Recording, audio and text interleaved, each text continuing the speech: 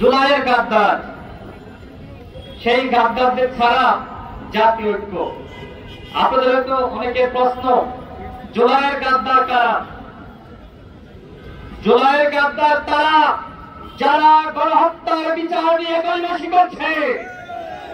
জুলাইয়ের গাদ্দার তারা যারা জুলাইয়ের চেতনাকে বিক্রি করছে। জুলাইয়ের গাদ্দার তারা যারা এখনো পর্যন্ত শহীদের তালিকা তৈরি করতে পারে নাই। জুলাইয়ের গাদ্দার তারা যারা এখনো পর্যন্ত শহীদ পরিবারকে ক্ষতিপূরণ দিতে পারে নাই।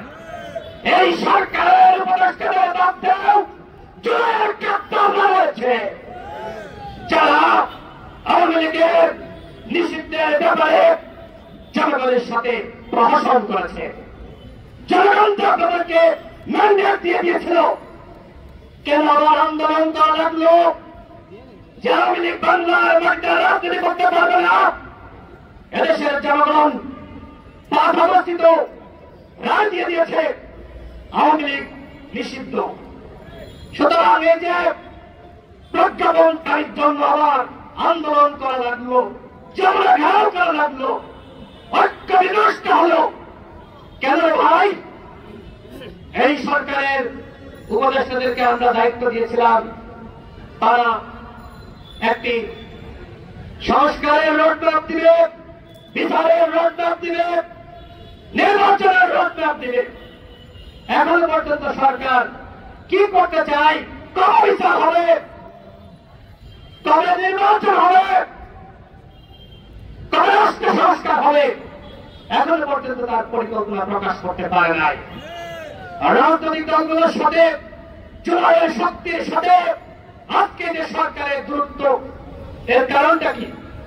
জুলাইয়ের সমস্ত শক্তিকে দূরে ফেলে দিয়ে কতিপয় কথিত মাস্টার মাইন্ডের পরামর্শে তারা সরকার পরিচালনা করতে গিয়েছিল। আর আমরা দেখলাম তাদের ব্যর্থতা।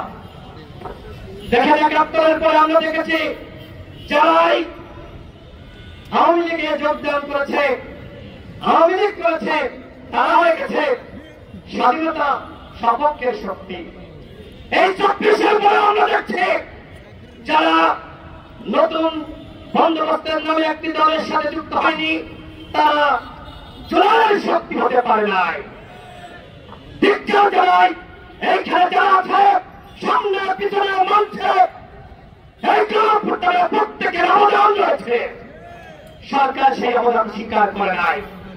সরকার যদি আমাদের এই অবদান স্বীকার করত, সবাইকে নিয়ে সরকার গঠন করত, তাহলে এই অনেকটা আমাদের দেখতে হয় না।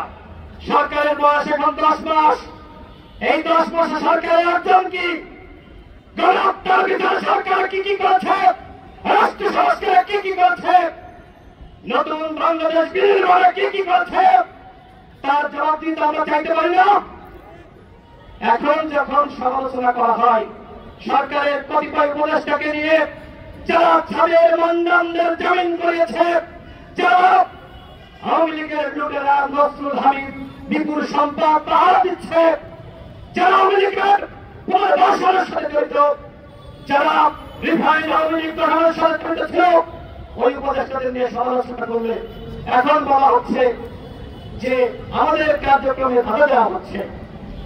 এই উপদেষ্টা পরিষদ যারা গঠন করেছে তাদেরকে এই অনৈক্য দায় নিতে হবে। একটি জাতীয় সরকার যদি গঠন করত, তাহলে আজকে এই সংকট সমস্যা, এই অনৈক্য হয় না। আমরা যখন দেখি উপদেষ্টাদের পক্ষ থেকে অনৈক্য এবং নৈরাজ্যের বক্তব্য দেওয়া হয়, তখন কি কোনো ঐক্য থাকতে পারে? আন্দোলন তখন কোনো ঐক্য থাকতে পারে না। আমি বক্তব্য শেষ করব, তার আগে সরকারকে বলবো, যদি গণহত্যা বিচার, রাষ্ট্র সংস্কার করতে চান, জাতিকে আবার সুস্থ নিরপেক্ষ নির্বাচন উপহার দিতে চান, তাহলে সবার আগে যেটি দরকার এই উপদেষ্টা পরিষদের সংস্কার। উপদেষ্টা পরিষদ পুনর্গঠন না করলে কোনভাবে নতুন রাষ্ট্র বিনির্মাণ করা যাবে না। এখানে অসংখ্য অযোগ্য লোক রয়েছে, অনেকের মাস্টারমাইন্ড রয়েছে, তারা ইতিমধ্যে জুলাইয়ের সমস্ত শক্তির সাথে অনেক বিভাজন সৃষ্টি করেছে। এই